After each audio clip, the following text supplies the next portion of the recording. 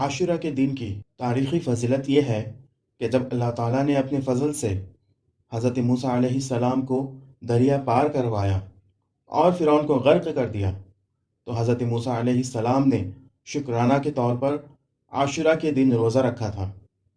इसलिए यहूदी भी आशुरा का रोज़ा रखा करते थे।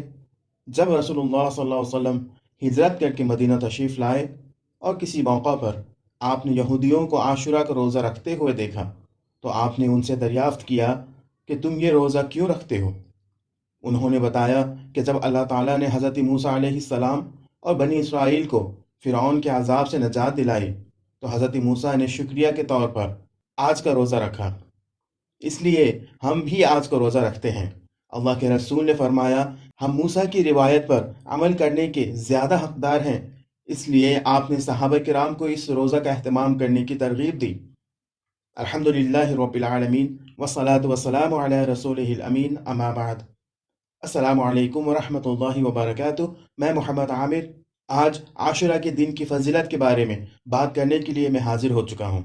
आशुरा के दिन का रोज़ा पिछले एक साल के गुनाहों का कफ़ारा बन जाता है, क्योंकि नबी सल्लल्लाहु अलैहि वसल्लम का फरमान है, मुझे अल्लाह ताला से उम्मीद है कि अरफा के दिन का रोज़ा पिछले और आइंदा साल के गुनाहों का कफ़ारा बन जाएगा, और मुझे अल्लाह ताला से उम्मीद है कि आशुरा के दिन का रोज़ा पिछले एक साल के गुनाहों का कफ़ारा बन जाएगा।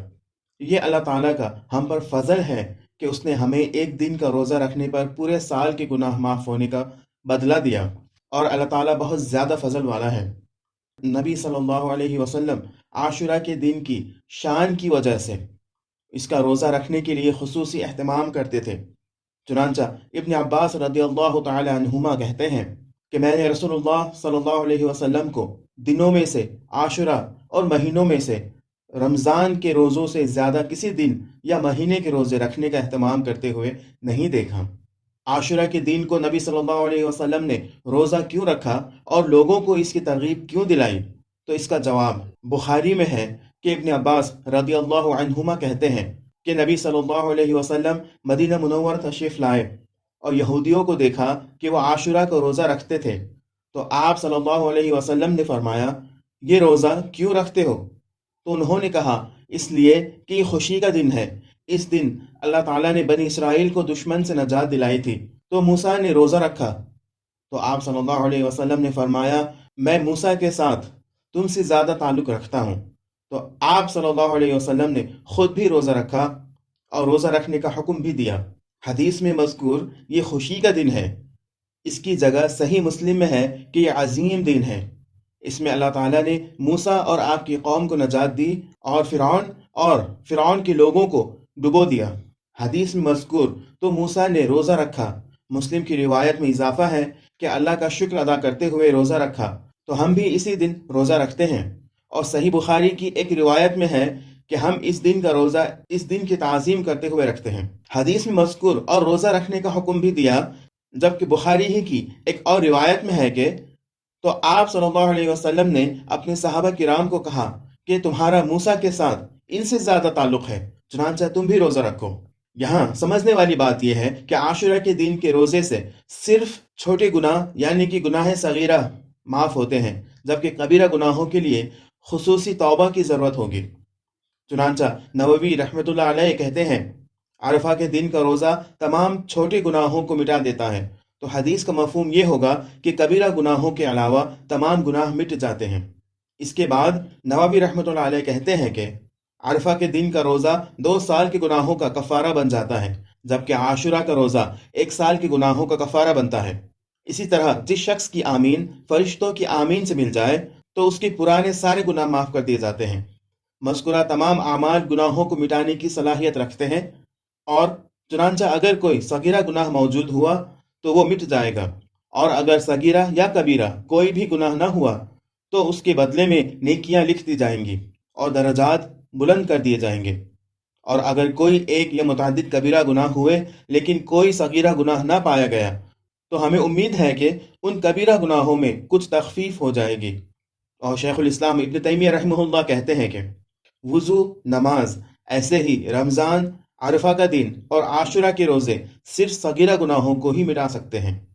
यहाँ एक और बात समझने की है محرم الحرام کی 10 تاریخ یعنی عاشورہ کے دن ایک دردناک سانحہ پیش آیا، جس میں نواسۂ رسول حضرت امام حسین رضی اللہ تعالیٰ عنہ کی شہادت ہو گئی۔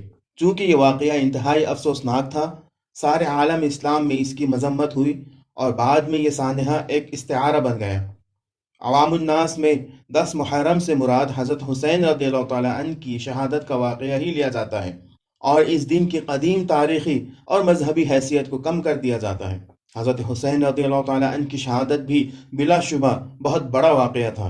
امت مسلمہ اس کا زخم ابھی تک نہیں بھول پائی ہے، لیکن محرم کی 10 تاریخ کی مذہبی اور اسلامی فضیلت اس واقعے سے پہلے سے تھی۔ دراصل عاشورہ کا دن روزہ رکھنے کا دن ہے۔